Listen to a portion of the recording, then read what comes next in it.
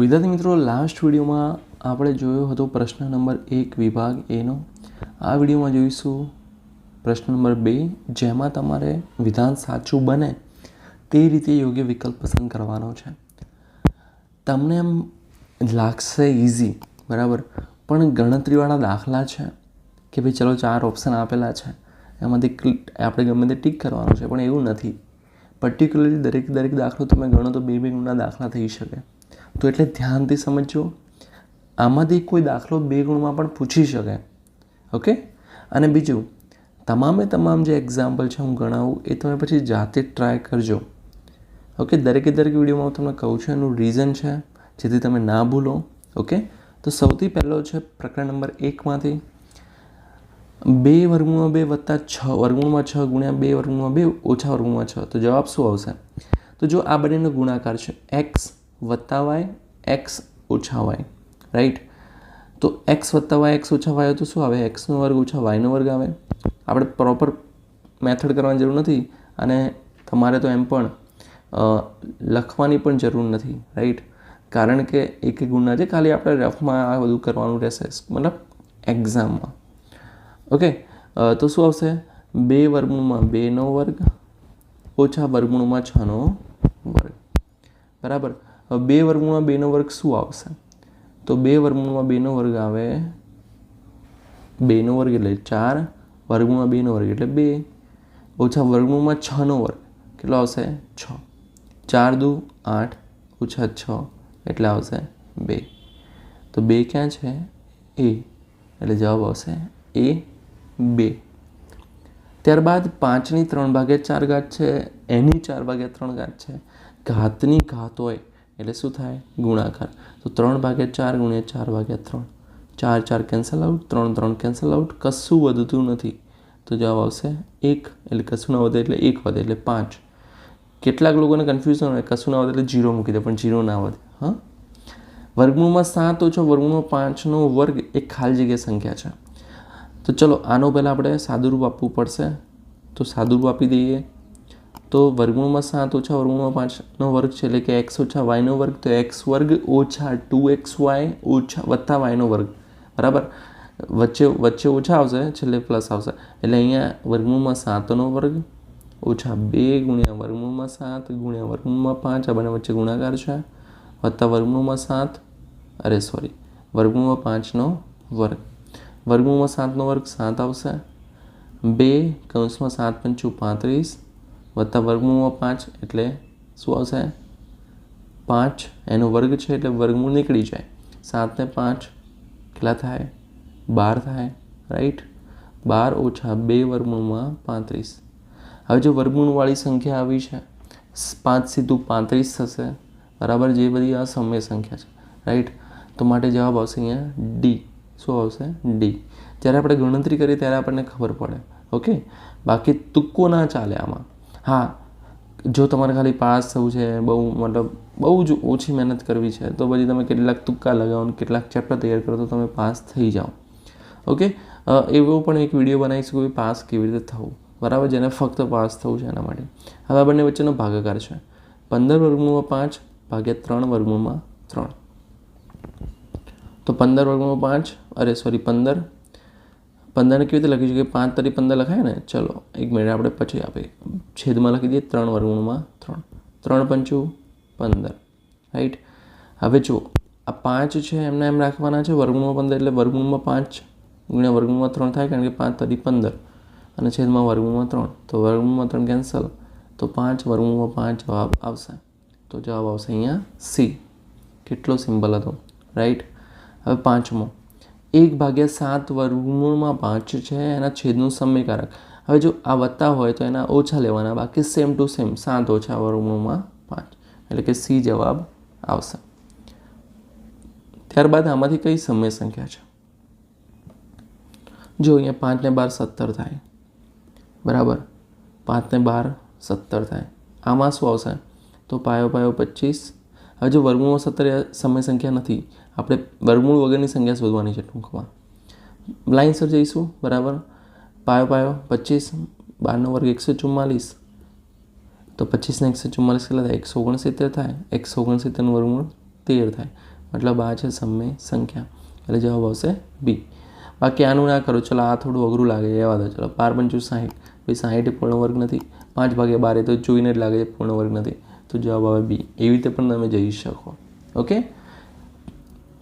ત્યારબાદ પ્રકરણ 3, P5 3 5 3 અને Q5 - 8 ને જોડતી રેખા કયું યામ સમાન છે? એક્સ યામ. રાઈટ. એક્સ યામ સેમ છે, વાય યામ અલગ અલગ છે. મતલબ કોને છેદશે? એક્સ અક્ષને છેદશે. રાઈટ. અને કયા યામે? 5 0. બરાબર. જે યામ સરખો હોય ને એને છેદે એમ. જો બિંદુ A3 અને વાય અક્ષ પર આવેલ છે તો એની કિંમત શોધો. હવે વાય અક્ષ ઉપર હોય તો મતલબ એ યામ છે, પહેલો શું છે? એ. હવે એ કેટલો હોય? એક્સ યામ 0 હોય, કારણ કે વાય અક્ષ ઉપર છે એટલા માટે, એટલે જવાબ આવશે સી. બિંદુ 3 0નું ઉગમ બિંદુથી અંતર. હવે આ તો એકદમ ઇઝી છે, આ ઉગમ બિંદુ છે. રાઈટ.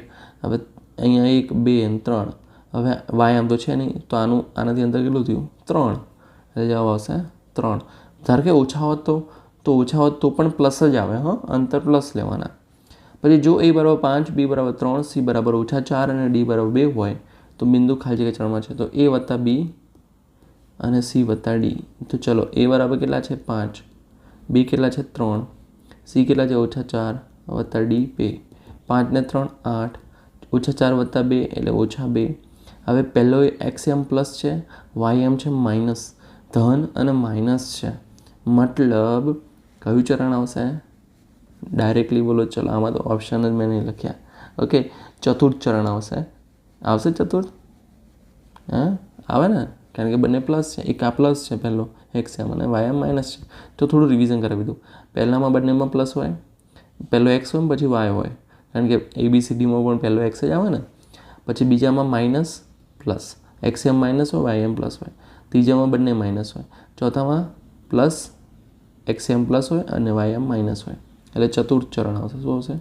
ચતુર્થ. વાય અક્ષ બિંદુ ખાલી જગ્યા બિંદુમાંથી પસાર ના થાય.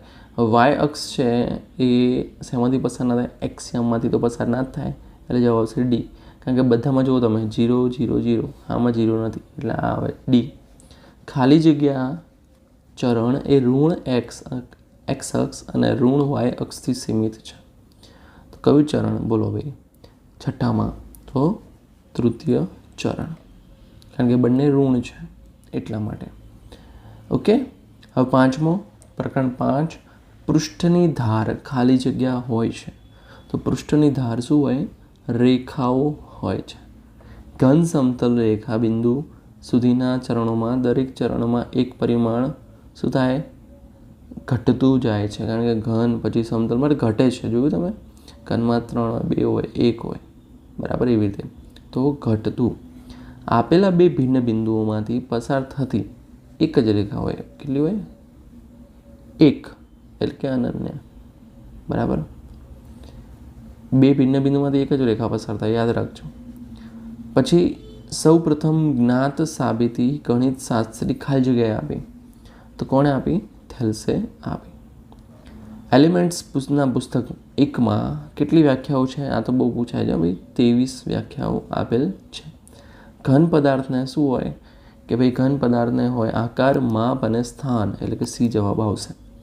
હવે પ્રકરણ નંબર 10, હેરોનના સૂત્ર અનુસાર એ લંબાઈ ધરાવતા સમબાજુ ત્રિકોણનું ક્ષેત્રફળ. ભાઈ જો સમબાજુ ત્રિકોણનું ક્ષેત્રફળ શોધવાનું છે આપણે હેરોનના સૂત્ર અનુસાર.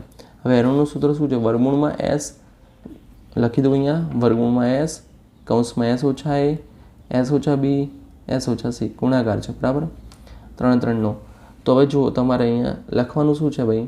કે ભાઈ સમબાજુ છે, મતલબ આ એ આવશે, આ એ આવશે ને આ એ આવશે.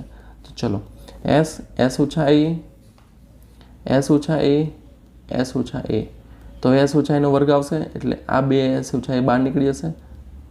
અંદર શું આવશે? વર્ગમૂળમાં એસ, કૌંસમાં એસ ઓછા એ. ચલો આવું કંઈ છે? તો યસ છે, ડી. બરાબર, એટલે ડી જવાબ આવશે. ઓકે. હવે તમને સાબિતી કરવાનું મતલબ આવું કંઈ પૂછાય તો તમને આવડી જાય. હવે નેક્સ્ટ, ત્રિકોણ એબીસીમાં વર્ગમૂળમાં બી 90 અંશ છે, એસી 29 સેમી, એબી 21 સેમી હોય. બરાબર. ચલો આપણે ત્રિકોણ દોરી લઈએ. એ બી સી આ 90 અંશ છે, એ બી 90 અંશ છે, એસી 29 છે, એ બી 21 છે. તો પાયથાગોરસનો પ્રમેયનો ઉપયોગ કરીશું. બરાબર. આપણે અર્ધ પરિમિતિ શોધવાની છે. તો જો અહીંયા અર્ધ પરિમિતિ એટલે પરિમિતિના અડધા, રાઈટ. તો બીસી શોધવા માટે શું કરીશું? પાયથાગોરસના સૂત્રનો ઉપયોગ કરીશું. પાયથાગોરસનું સૂત્ર શું કહે છે? ભાઈ કર્ણ હોય ને, કાટખૂણાની સામેની બાજુનું કર્ણ કહેવાય. તો કર્ણનો વર્ગ બરાબર બાકીની બે બાજુના વર્ગોનો સરવાળો. ઓકે. હવે તમને અહીંયા એસી આપેલા છે, યસ. એબી આપેલા છે, યસ. તો બીસીને કરતા બનાવી દીધું. તો એસી વર્ગ ઓછા એબી વર્ગ. ઓકે. હવે એસી વર્ગ એટલે એસી કેટલા છે? 29 છે. એબી કેટલા છે? 21 છે. હવે 29નો વર્ગ શોધવો પડશે ને, તો શોધી લઈએ. ચલો 29 × 29 તો 9 દુ 18, 2 દુ 4 ને 1 5, 9 9 81, 9 દુ 8, 9 દુ 18 કેટલા આવે? 26. તો જવાબ આવશે 1, 8 ને 14, 6 ને 2 8, 841 આવશે. બરાબર. હવે 21નો તો 21નો 441 સમથિંગ આવવું જોઈએ. ચલો 0 2 કા 2, 2 દુ 4, 1 કા 1, 1 દુ 2 એટલે 441. 441 બંનેની બાદબાકી કરીશું. 41 ગયા 8 વાળી 4 એટલે 400 આવશે. તો બીસી કેટલા આવશે? વર્ગમૂળમાં 400 એટલે 20નો વર્ગ 400 થાય એટલે 20. તો બીસી કેટલા મળ્યા? 20. હવે આ ત્રણ ગણનો સરવાળો 20 + 21 + 29. તો એસ બરાબર 20 + 21 + 29 ભાગ્યા 2. તો જો 9 ને 1 10 એટલે 30 થઈ ગયા. 30 ને 20 50, 50 ને 20 70, 70 ભાગ્યા 2 એટલે 35 જવાબ આવે. બરાબર. તો જવાબ આવે બી. તમે વિચારો આ દાખલો બીમાં પૂછી શકે કે ના પૂછી શકે? પૂછી શકે, કારણ કે દાખલો જેવો બનાવ્યો આ લોકોએ. બરાબર. અને એટલા માટે સોલ્યુશન મૂકવું પડે, જેથી તમને આવડે, તમને કંઈક મતલબ શીખવા મળે, રાઈટ. તો જવાબ મળી ગયો છે આપણે બીજાનો 35. એક ત્રિકોણની બાજુનું માપનું પ્રમાણ આપેલું છે 4:5:6. તેની અર્ધ પરિમિતિ આપણે જો ભાઈ. તો આપણે ધારો કે બાજુનું માપ શું છે? 4x, 5x અને 6x. હવે અર્ધ પરિમિતિ બરાબર આપણે પહેલાં x શોધી લઈશું. શું આવશે? 4x. અહીંયા આપણે બહુ સૂત્ર મૂકીને કરવાની જરૂર નથી, ડાયરેક્ટલી કરીશું. 3 બાજુનો સરવાળો ભાગ્યા 2. કેટલી આપેલી છે? 90 આપેલા છે. અર્ધ પરિમિતિ તમને આપેલી છે. 4 ને 5 9, 9 ને 6 15, 15x ભાગ્યા 2 બરાબર 90. હવે 2 પેલી બાજુ જશે, 15 પણ પેલી બાજુ જશે એટલે 90 × 2 ભાગ્યા 15 બરાબર 15 6 90. તો એક્સ બરાબર કેટલા મળ્યા? 6 દુ 12. હવે મોટી બાજુ જોઈએ છે તો મોટી બાજુનું માપ કેટલું આવશે? મોટી બાજુ 6x. તો 6 × 12, 12 6 કેટલા થાય? 72. તો જવાબ આવશે 72. ઓકે. તો ડી જવાબ આવશે. બરાબર છે ને? સરસ દાખલો. હવે આનો આ જ દાખલો આગળ કેવી રીતે આવે? ભાઈ આ 3 ગુણમાં પૂછાય કે ભાઈ હવે તમારે શું શોધવાનું છે? ક્ષેત્રફળ. તો હવે ક્ષેત્રફળ તમે શોધી શકો. હવે ત્રિકોણ એબીસીમાં એડી વેધ છે. જો એરિયા AR એટલે ક્ષેત્રફળ, તો એરિયા ઓફ એબીસી શું છે? 48 સેમી વર્ગ છે. બીસી 6 છે. હવે જો એબીસીમાં આપણે એબીસી લઈએ, એબીસી એડી વેધ છે મતલબ આ 90 અંશ હશે. એરિયા તમને આપેલો છે મતલબ એડી × બીસી થાય. તો લખી દઈએ એરિયા ઓફ એબીસી = પાયો ગુણ્યા વેધ, રાઈટ. 1/2 પાયો કેટલો છે? પાયો અહીંયા બીસી છે. બીસી × વેધ કેટલો છે? એડી. ચાલો કેટલો આપેલો છે ભાઈ? ક્ષેત્રફળ 48 આપેલું છે. 1/2 એમના એમ. બીસી 6 છે. એડી શોધવાના છે. 3 દુ 6 એડી × 3 છે. 3 જશે પેલી બાજુ તો 48/3, 16 દુ 32, 16 તારી 48. તો 16 સેમી જવાબ આવે. તો જવાબ આવશે બી. બરાબર. તો જવાબ કેટલો આવ્યો? બી. ત્યારબાદ પાંચમો ત્રિકોણ એબીસીમાં AB બરાબર 13 સેમી, BC બરાબર 14 સેમી અને CA બરાબર 15 સેમી હોય તો એરિયા ABC શોધો. તો ભાઈ આમાં શું ઉપયોગ કરીશું આપણે? સિમ્પલ હેરોનનું સૂત્ર. તો પહેલાં એ શોધી લઈએ. કેટલા આવશે? 13 + 14 + 15 ભાગ્યા 2. તો કેટલા આવશે ભાઈ?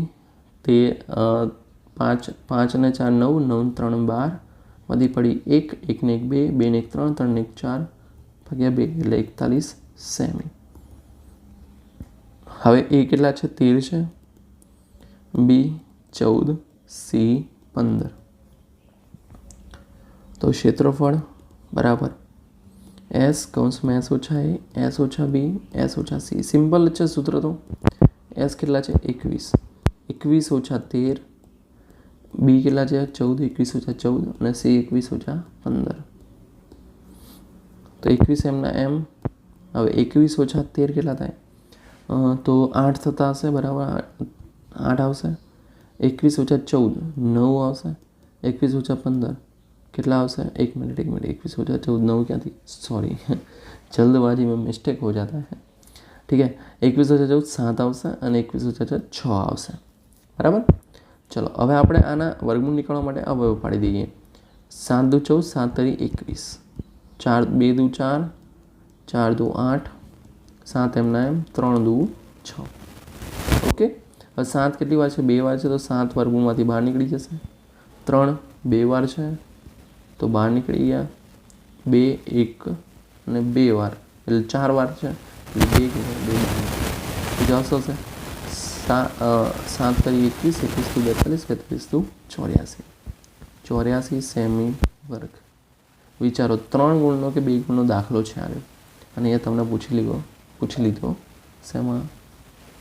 હેતુલક્ષીમાં. પણ આમાં ઇન્ટરેસ્ટિંગ છે જો આમાં છે ને એક તો 21 આવે નહીં, કારણ મતલબ તમે એવી રીતે ના કરી શકો. આપણે ડાયરેક્ટ આવી રીતે સૂત્ર મૂકીએ એટલે શું કન્ફર્મ ખ્યાલ આવી જાય. રાઈટ. ઓકે એકદમ ઇઝી આવડી ગયું ને? બસ. ઓકે હવે જો નેક્સ્ટ શું છે? પ્રકરણ 11. 1 મીટર ઘન બરાબર ખાલી જગ્યા લીટર. આ દાખલો એટલા માટે ગણાવું છું એટલે તમને કોઈ ધારો કે બીજામાં પૂછે તો તમને આવડે, તમારું રિવિઝન થાય. બાકી દેખીતું રીતે ક્ષેત્રફળ ખબર છે તમને. જો 42 ના આવે, 21 ના આવે અને લગભગ 63 કે 84માંથી જવાબ એક આવે. બરાબર. કારણ કે શું છે અર્ધ પરિમિતિ જ મતલબ પરિમિતિ જ આપણને 42 મળી.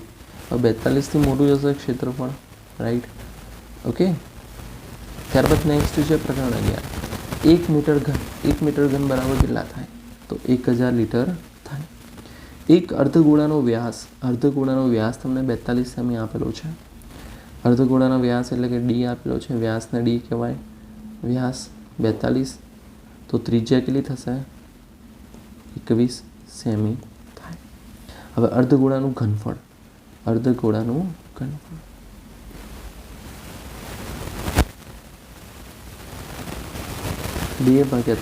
પાઈ આરનો ઘન આવશે. રાઈટ. 2/3 પાઈ કેટલા લેવાના છે? 22/7 લઈ લઈએ. આર કેટલા? 21 છે તો 21 3 વાર 21 વડે ગુણી દઈએ તો 7 તરી 21, 3 3 કેન્સલ આઉટ. બરાબર. તો હવે ગુણાકાર જોઈ લઈએ.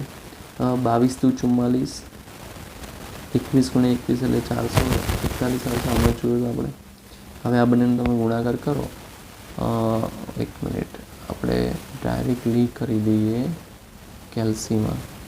બરાબર. 44 × 400 તો 19404 આવે. કેટલો આવે? 19404. તો તમારે ડાયરેક્ટલી મતલબ તમારે જાતે કરવું પડશે પણ આપણે ટાઈમ ના બગડી. બરાબર. એકમ શું હશે? સેમીનો ઘન. સૂત્ર બધા કરી લેજો. ₹10ના સિક્કાની વક્ર સપાટીનું ક્ષેત્રફળ. હવે 10નો સિક્કો છે કેવું હોય? થોડો જાડો હશે ને આટલો. તો આ શું બની ગયું? નળાકાર બની ગયું. અને નળાકારની વક્ર સપાટીનું ક્ષેત્રફળનું સૂત્ર શું આવે? 2πRh. બરાબર. એ જવાબ આવશે ડી 2πRh. ચોથો દાખલો છે. એક ગોળાનું ઘનફળ 2304 પાઈ સેમીનો ઘન છે તો તેનો વ્યાસ. હવે ગોળાનું ઘનફળનું સૂત્ર શું હતું? ગોળો છે, અર્ધગોળો નથી. તો 4/3 પાઈ આરનો ઘન આવશે. સામે તમને આપેલું છે ઘનફળ તો 2304 પાઈ કેન્સલ આઉટ. હવે આને આપણે ત્યાં લઈ જઈએ તો આરનો ઘન બરાબર 2304 ગુણ્યા 3 ભાગ્યા 4. હવે 2304 ભાગ્યા 4 કરી જોઈએ, બરાબર 2304 ભાગ્યા 4. ઓકે, તો કેટલા આવશે? 4 પંચું 20, 3 4 31, 4 7 28, 2 24, 8 24, એટલે કે 576 આવ્યા. 576 ગુણ્યા 3, રાઈટ? 576 ગુણ્યા 3. હવે 576ના અવયવો પાડીએ આપણે, તો 576 શું કોઈનું ઘનમૂળ છે, વર્ગમૂળ છે જોઈએ આપણે. તો 24નું શું થાય? વર્ગ છે. 24 ગુણ્યા 24 ગુણ્યા 3, બરાબર. હજુ આપણે શું કરવાનું છે? આનો આપણે ઘનમૂળ શોધવાનું છે. તો આખા અવયવ પાડી દઈએ. તો 2 દુ 4, 4 તરી 12, 12 દુ 4 દુ 8, 8 તરી 24. તો શું આવશે? 2 દુ 4, 4 દુ 8, 8 તરી 24 ગુણ્યા 3. 2 કેટલી વાર છે? 3 વાર છે. 2 કેટલી વાર છે? 3 વાર છે. 3 કેટલી વાર છે? 3 વાર. તો 2નો ઘન, 3નો ઘન, ફરી 2નો ઘન ગુણ્યા 3નો ઘન. હવે આપણે ઘનમૂળ શોધીએ તો ઘન નીકળી જાય, એટલે 2 ગુણ્યા 2 ગુણ્યા 3, 2 દુ 4, 4 તરી 12. આ તો મળે આપણને r. તો વ્યાસ કેટલો મળશે? 2 ગુણ્યા r, એટલે 2 ગુણ્યા 12, એટલે 24 સેમી. થોડું તમને આડું જાય છે પણ વાંધો નહીં, ચાલો 24. Okay, simple. કેટલો મસ્ત દાખલો હતો, મતલબ થોડો અઘરો પડે પણ એકવાર આવડી જાય તો પછી ક્યાંય પાછા ના પડીએ.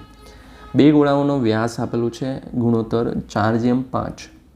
તો તેમના ઘન, ભાઈ જો વ્યાસ છે તો વ્યાસને આપણે ત્રિજ્યામાં ફેરવી દઈએ, નહીં ફેરવીએ તો પણ આઈ થિંક ચાલવું જોઈએ. તો ઘનફળનો ગુણોત્તર કેટલો આવે? તો એમના જે ઘન હોય, બરાબર, એના જેટલો જ થાય. એટલે ચોકું ચોકું 16, 16 ચોક 64, 64/125. છઠ્ઠો દાખલો. એક શંકુની ત્રિજ્યા તમને આપેલી છે, તિર્યક ઊંચાઈ શોધવાની છે. તિર્યક ઊંચાઈ, તો શંકુનું ક્ષેત્રફળ, વક્ર સપાટીનું ક્ષેત્રફળ પાઈ આર એલ આપેલું છે 990. પાઈ 22/7, આર 15, એલ શોધવાના. તો આ બધાને પેલી બાજુ લઈ જઈએ તો 990 ગુણ્યા 7 ભાગ્યા 22 ગુણ્યા 15.